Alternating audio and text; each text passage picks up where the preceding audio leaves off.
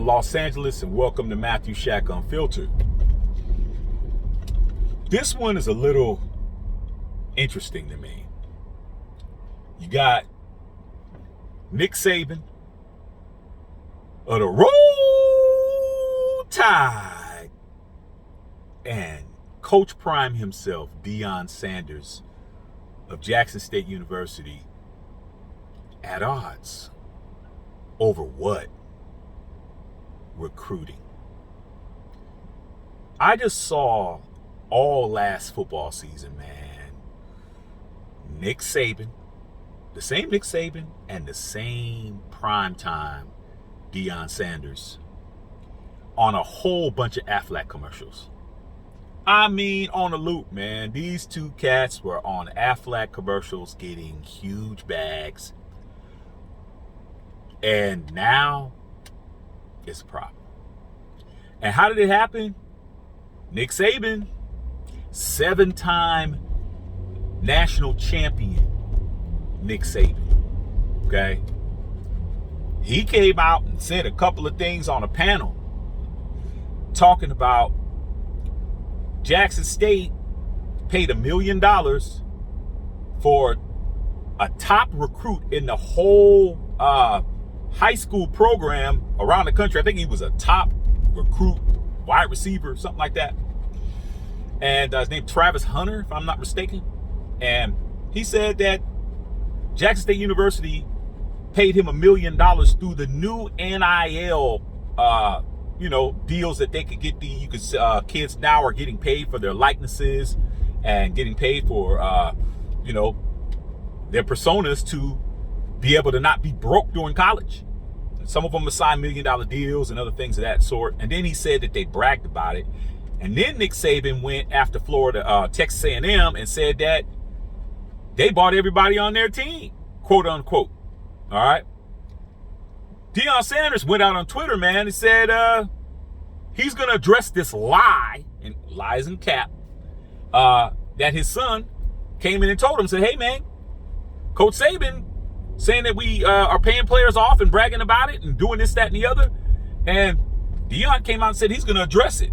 He said he's going to address with these lies that they paid Travis Hunter $1 million and did all of that. And he said, we don't have to pay our people to play with our people. Ooh. And the way I feel about it's like this, y'all.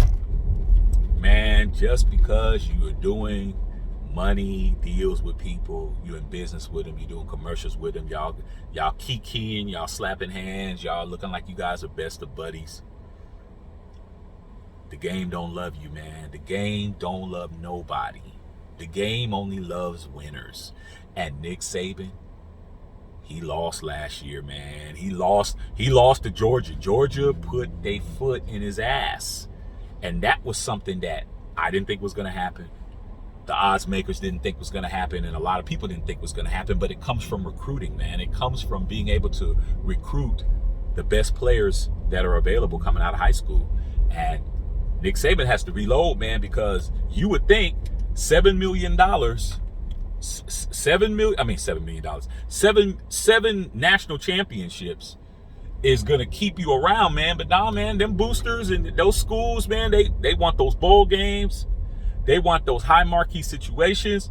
And if you're not going to provide them with them high marquee situations, man, you might be, the train might have left your ass at the station. We might have to get a new conductor to ride the train.